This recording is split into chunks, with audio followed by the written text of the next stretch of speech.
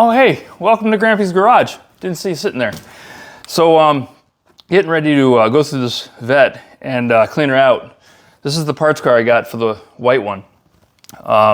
Just kind of cleaning out all the junk out of it. And I'm thinking maybe at the end of this video, we'll decode the VIN and the trim tag on it. It's in pretty rough shape, but I think it's salvageable. It's, you know, it's I don't want to tear it up to the point where it's junk. So I'm going to continue cleaning stuff out of it and then vacuum it out. I'm not going to bore you with that stuff, but once I have this all done, we'll walk around it and see what we have. And like I said, at the end, we'll decode it. Give me a few minutes.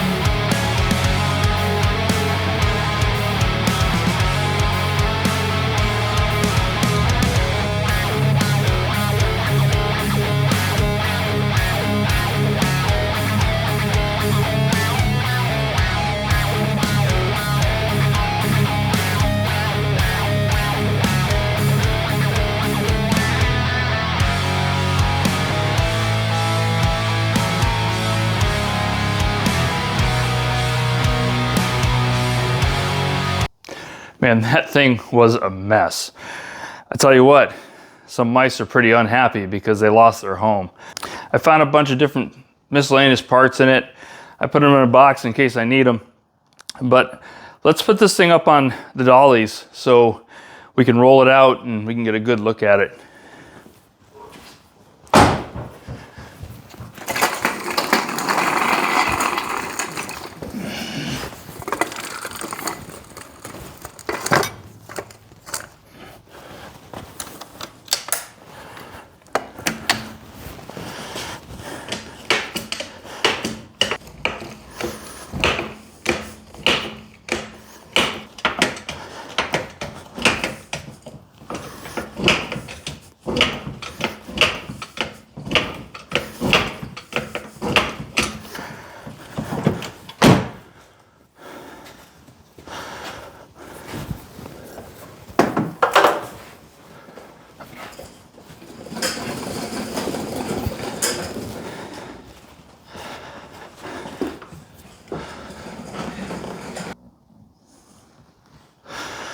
All right, here she is.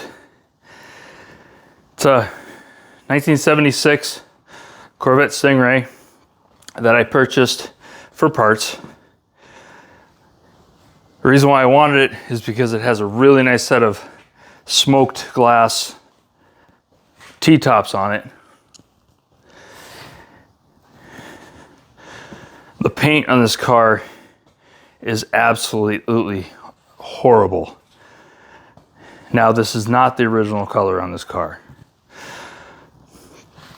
but it doesn't appear to have ever been hit, from what I can tell. It does have a replacement engine in it, which, from what I understand, is out of a 1986 truck, 86 or 87.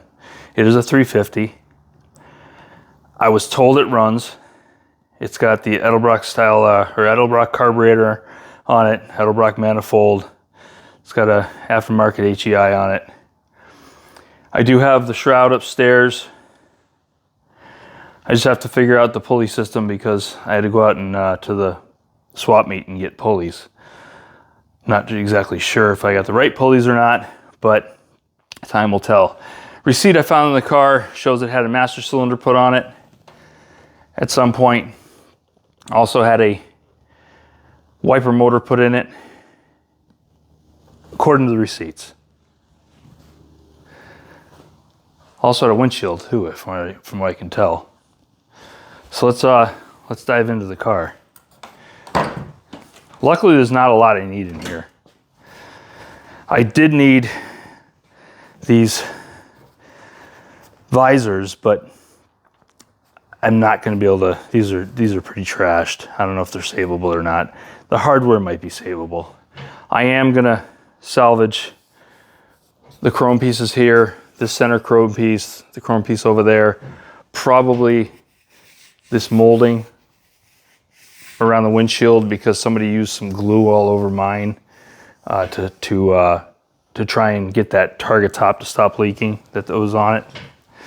This is a power window car. You can tell by the way it is. They got tired of picking up the switch, so they just zip tied it to the emergency brake. Works, I guess. If it works, is it a dumb idea? Nope. It does have keys. I do have an aftermarket steering column in mind. I haven't decided whether or not I'm going to stay with the aftermarket column or use this one and just restore it.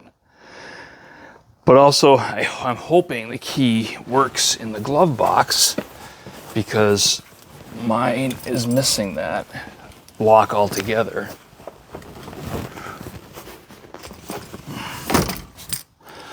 Let's see.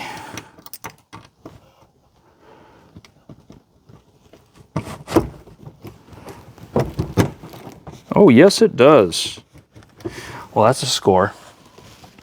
I do need that light back there. Mine's missing that. Another thing I need is this review mirror assembly, which this is pretty gross. I'm not gonna, it might be cleanable. I don't know. The front of it looks okay.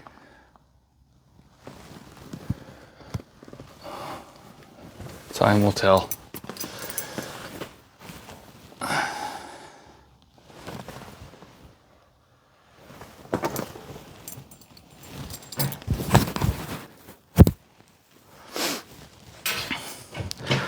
All the glass in it is good. The door panels seem okay. The wheels are garbage. And tires. It's got all the assemblies for the headlights, yet to be determined if they work or not.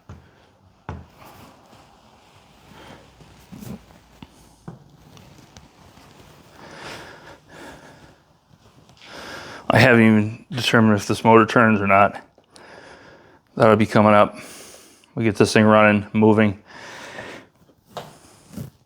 With the small amount of space that I have here in the garage, I'd like to be able to pull this in and out.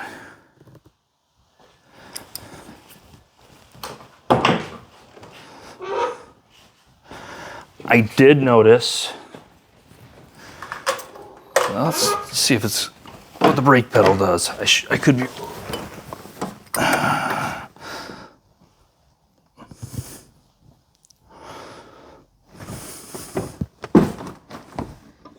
huh?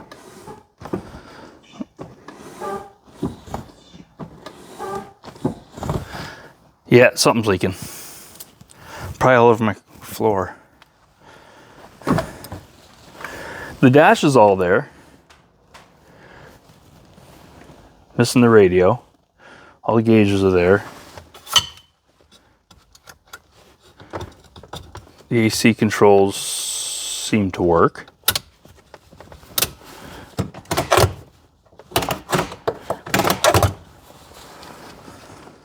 Nah, I'm not gonna pull the emergency brake. A lot of broken parts. A lot of parts have seen sun damage, heat damage.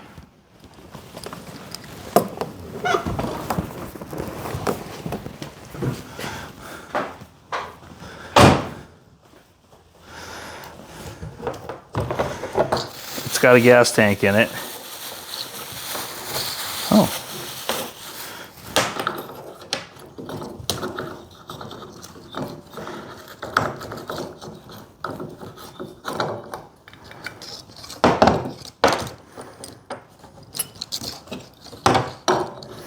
Interesting.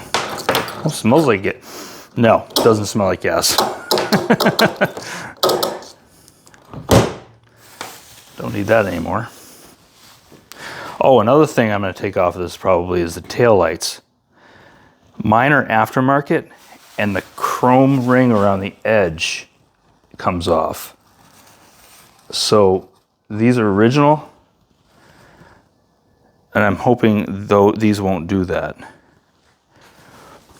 I'll just put mine on there and put those on mine if they clean up good enough.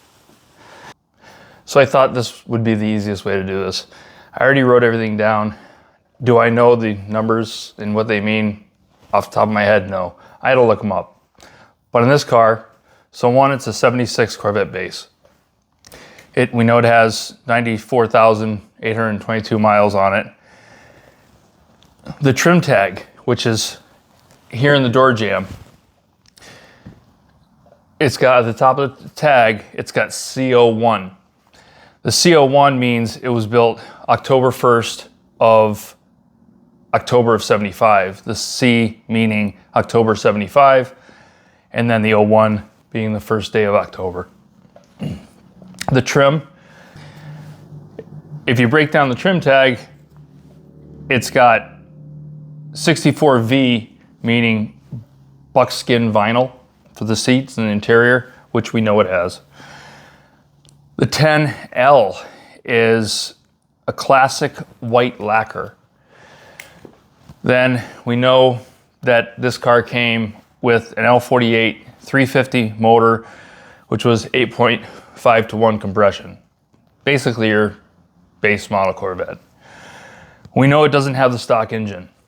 The stock engine is a 5.7 out of a 86 or 87 truck, and we know that from these numbers down here. However, I had a hell of a time decoding that engine.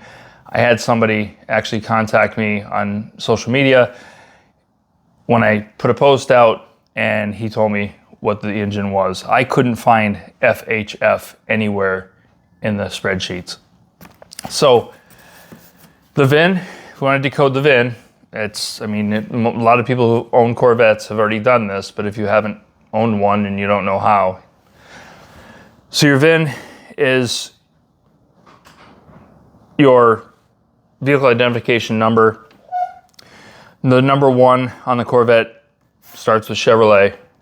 The Z stands for Corvette. Your 37 would be Corvette Coupe, and these numbers all go sequentially. L says it's the base engine, so the L48. 6 would be the model year, 1976. S is the assembly location, and this one was St. Louis, Missouri. I can't believe this car was squirrel. I can't believe this car was white. There's nothing on here that tells me this car was white, but the paint's horrid, and whoever painted it did a terrible job. But if it was still white, it would match my other one. Anyways, carrying on. And then the last 6 digits of your VIN would be the plant sequence numbers. Since this is not, really just a base Corvette with no real good heritage, it really means, all this really means nothing unless you're restoring this car back to its original. This is not getting restored back to its original. I'm selling it because I only bought it for parts. After I get all the parts that I want off of it. So if anybody's interested in a 76 Corvette, which will be running when I sell it, and driving, send me a message on Instagram, or send me a message on this video. So that's pretty much the end of my walk around on the 76 yellow Corvette that I bought for parts. Thank you for tuning in. If you liked the video, please hit the like button, subscribe, share the video with people that might be interested, and I'll see you on the next one real soon. Have a good day.